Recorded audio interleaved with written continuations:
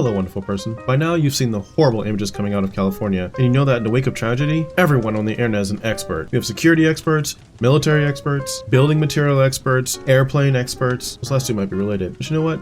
I'm not going to be left out anymore. So after observing all the damage caused by the wildfires in California, with a little help from ChatGPT, I've decided to become an expert myself.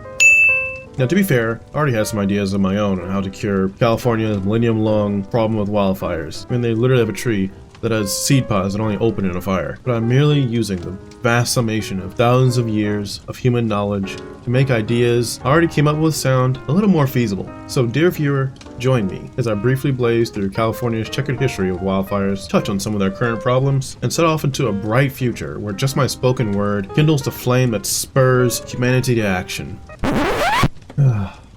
This was me several days ago, and I naively believed that all of this was going to fit in one video. Well, now it's two videos, and if you want to learn the real cause of wildfires that no one else is talking about, watch this video. If you want to see the solutions I came up with while playing cookie clicker in this gacha game, then watch this other video I uploaded at the exact same time. But first, be sure to like and subscribe, or I'll go back in time and make sure this poor Delta smelt never lives to become an endangered species in the first place. Now, if you paid attention to politics, I'm sure you've heard a lot of back and forth about whether or not firefighters had the water they needed, who should and shouldn't have been hired, what underbrush should have been burned, or if God is punishing California for allowing Hollywood to exist. Show no mercy! But no, I don't need to get into any of that. We're going to have an analysis on the region, sail right over politics, and land in the territory of solutions. The first stop in my research was fairly logical. It brought me to check out the terrain of California. One thing we always hear from the media and firefighters is how diverse and oftentimes challenging this terrain is. It is quite varied with mountainous regions, farmlands, 840 miles of coastline, and 3 deserts, which means that any solutions for this wildfire issue has to incorporate or at least adapt to all 4 zone types. Next, after we see the terrain of California, we want to see approximately in what directions does the wind go and about how strong, on average. And if you notice on this wind map, air normally blows in from the ocean. Now, interestingly enough, you would think that this means that the moisture would be readily coming in from the coast, but there are actually 2 factors stopping it. One, the ocean temperatures here are actually decently cool, which means that the water doesn't readily evaporate to become humidity. And you would normally think of California as very hot, which is true, but that comes with a caveat. You see, California is not, and I repeat, California is not a tropical region, like say Florida. And that becomes obvious with this real life demonstration. Let's say you live somewhere like Washington State or Montana, places where the air is dry, and you took a nice plane trip to Florida. Well, you step off the plane, make your way to the terminal, get your bags, and the moment those automated doors open to the nice, beautiful Florida fresh air, you're blasted with heat and overwhelming sense of drowning. You gasp for air and immediately wonder how people are even capable of breathing this soup. There's more soup! What do you mean there's more soup? There's just more soup! Well, this little story reveals something that we can see on the temperature map of the ocean. Let's compare the ocean temps around Florida to California, and you can quickly see the problem. Florida waters are in the 22 to 30 degrees Celsius zone, or 71 to 86 degrees Fahrenheit, but in contrast, California is in the 10 to 14 zone, or 50 to 57 degrees Fahrenheit, for those of you that aren't commies. Now, why is this important? Because people, as far as I can tell, wrongly associate warm climate and wildfires to conversations about global climate fluctuations. But I assure you,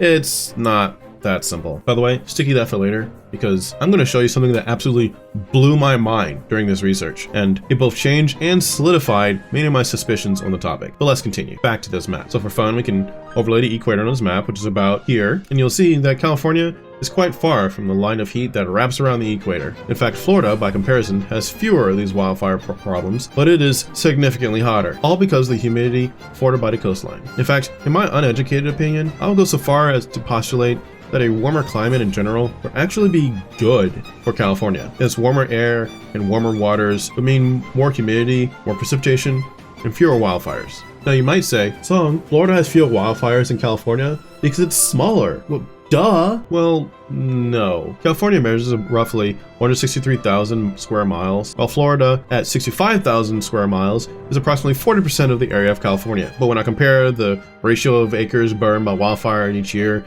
from California to Florida, it's not even close. In fact, I had a hard time even finding out how many acres are burned annually in Florida because it's so minimal in comparison and it gets so little news that doesn't make as many headlines or even have its own Wikipedia compilation like California does. For reference, in 2024, in California, there were 1 million acres burned, and in 2023, there were 324,000 acres burned. In contrast, in Florida, in 2024, there were 24,000 acres, and in 2023, there were 100,000 acres, with a spike due to the hurricane season disrupting the normal rainfall. In fact, after a bit of digging, I found more stats at III.org, the Insurance Information Institute, and that gives a breakdown per year, per state, all the way back to 2010. So if I keep going through here, just so you get some context, in 2022, there were 160,000 acres burned in Florida compared to 300,000 acres in California. In 2021, there were 100,000 acres in Florida compared to California's 2.2 million acres, so on and so forth. You get the picture. The number of acres burned in California compared to Florida,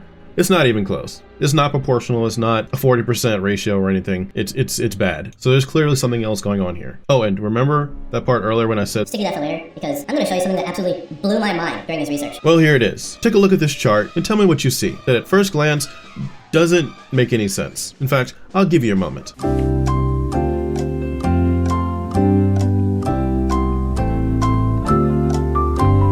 I was wondering if maybe I could possibly... Time's up. Did you spot it?